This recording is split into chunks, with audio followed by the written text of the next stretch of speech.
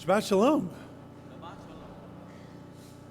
It was pointed out to me, I guess when you give sermons, every week, which is still kind of new for me here, coming from a synagogue with more rabbis before, it was pointed out that I've been alternating basically talking about current events and then talking about building community sort of every other week. And so I guess since last week we talked about current events, and next week we're going to talk about our Israel trip, so we're going to talk about community, just so everyone knows. Apparently I have a pattern and it's been found out. But there's an amazing moment in the parsha that we read, and actually, Abby, you picked up on it, and the rabbis pick up on it as we're completing the construction of the Mishkan, and we get one last round of talking about the artisans who created it, and we get one last round of talking about the altar and the menorah and the utensils and all the things that went into the sacrificial system there. We get to the very end, and we're told in the Torah that Kol Edat B'nai Yisrael brings all of everyone in Israel, brings the malacha that they had done, the work that they had done, to Moses to sort of do this final inspection moment. And the rabbis point out that, what do you mean all of Israel did it? You've been telling us for chapters that it was Betzalel and Hur and Holiav and Betzalel and all of the artisans, and that all of Israel didn't do all of it. Like, what do you mean? And the rabbis then go through a kind of fun discussion of how the Mishkan was built. So Orach Chaim, one of our traditional commentaries, points to a midrash that says that everything sort of made itself. That all that the artisans had to do was they gathered the gold and the silver and the cubits of green silk and blue silk and all of that, and they sort of threw it in a pile, and, God just poofed it into the Mishkan. They didn't actually have to build anything. And other rabbis say, were you kidding me? Miracles are miracles, but that's crazy. Of course, everyone went into building the Mishkan. Every single person did. And Sforno says explicitly that each and every Israelite, whether they wielded a hammer or not, had something to do with the creation of the Mishkan. And this dichotomy is really asking a fundamental question that the book of Exodus has been asking since the beginning, which is, how much responsibility does the individual Jew, the individual Israelite, have for the rest of the group, have for the direction of the Jewish people?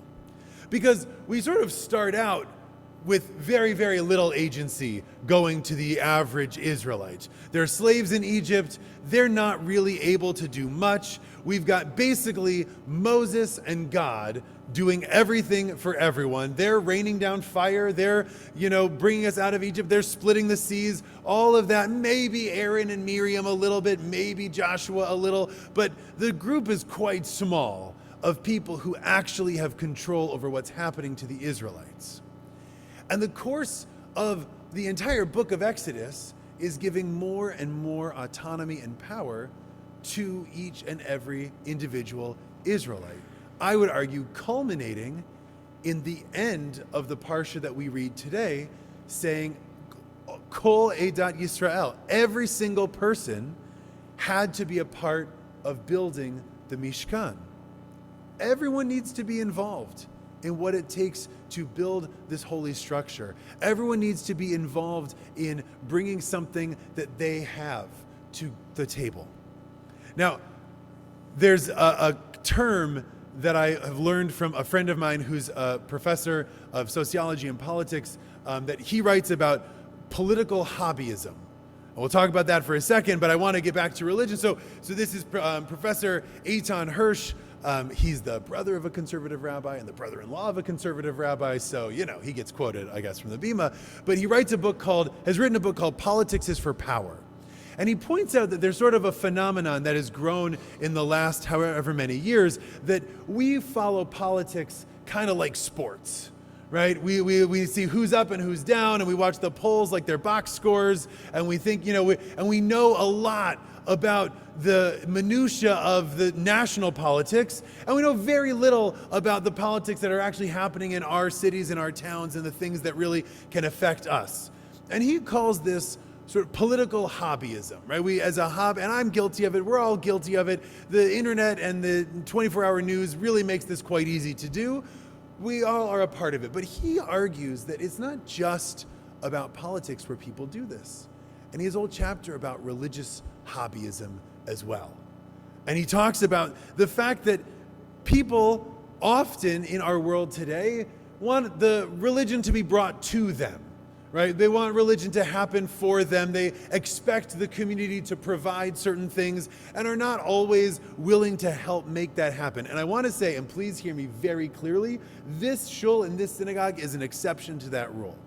I have said, I've been here for a year and a half, and I have said every day that the superpower of Beth Hillel Bethel are its lay leaders. The people in this room who dedicate tons of time, effort, and energy into making this synagogue an amazing place.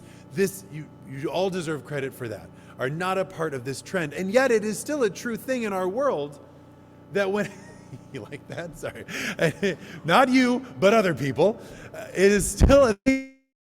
There are people who wait for religion to come to them, who don't seek it out. And Rabbi Hirsch, Professor Hirsch, actually quotes a reverend from Iowa who says that we can do more in our community. So this Reverend Daniel says, anyone can find God in a sunset.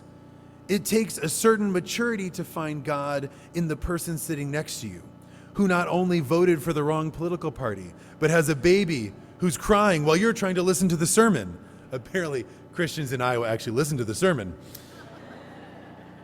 The pastor goes on, community is where the religious rubber meets the road.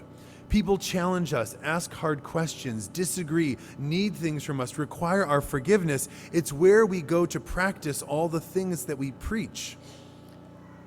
Being a part of a community is where all of the ideals and the theories, the things that we read get put into practice. And we see if we can actually make them happen. And we have to all be a part of that.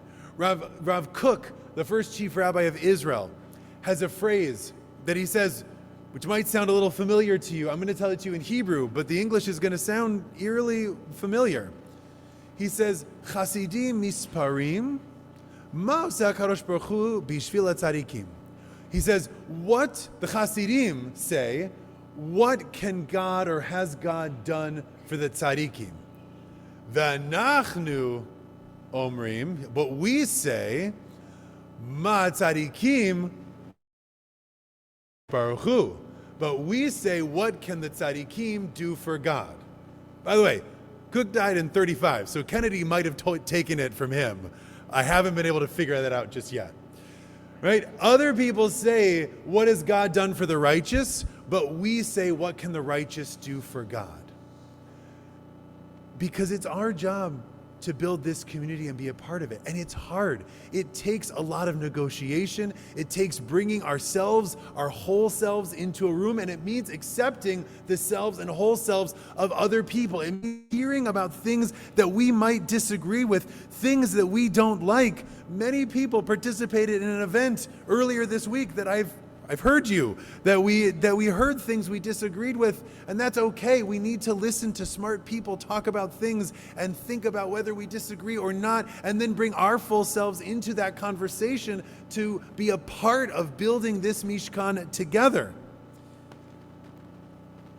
The Maggid of Dubno, the last rabbi I quote, I promise, says, this is all like a story, because he always has a story. He said, it's like there's a town that's sort of a working class town. They don't have a lot.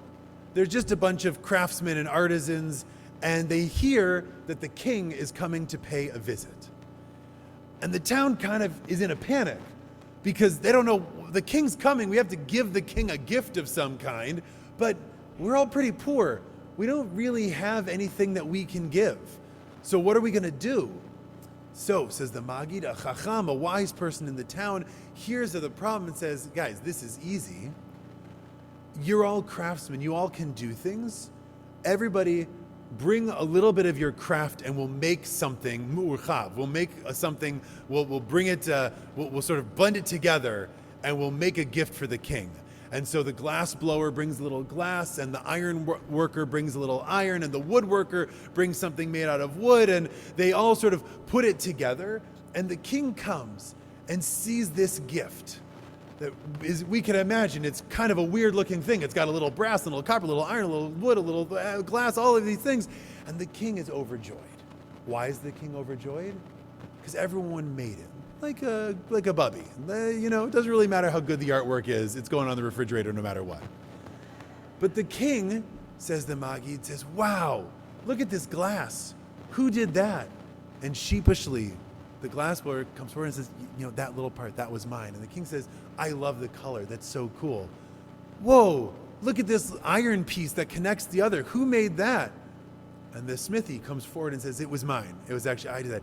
And the king goes through each piece of this gift and shows appreciation and learns about the people who made it and comes to know everyone in the town. So too, says the Maggid, with the Mishkan. Every Israelite brought something. Every Israelite did something. And then at the end, Moshe and God look and say, wow, who made the part with the green silk? Show us this. That was incredible. Who made this part over here? Who helped build the menorah? Oh my, it's so great.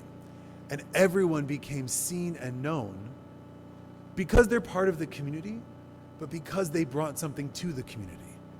One of the things that we've been talking about all year when it comes to inclusion and including everyone into our community is that it's not just about tolerance. I'm quoting Pamela Ray Schuler right now, our guest from a few weeks ago. It's not just tolerating the different things that people bring to our community. It's actually finding a way to celebrate the difference and the different things that people bring to our community. So part of this is in being inclusive of those who can come to our community, those who have something to bring and acknowledging it. And part of it, friends, is bringing something of our own.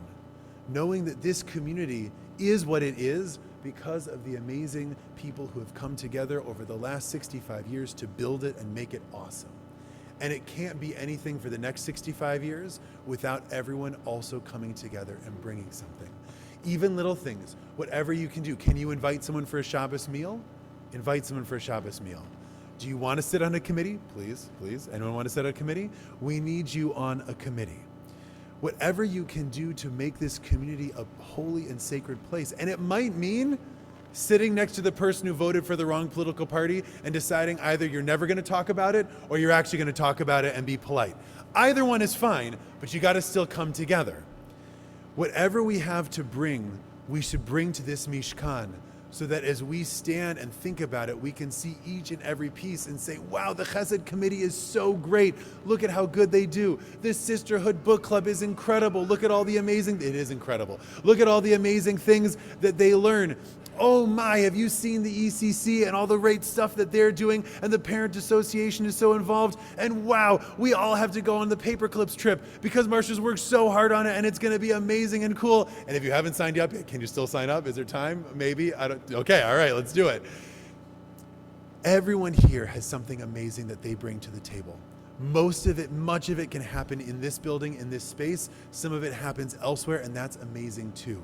But we all have to bring it together so that we can stand together in a Mishkan which will facilitate connection, community, and holiness. Shabbat Shalom.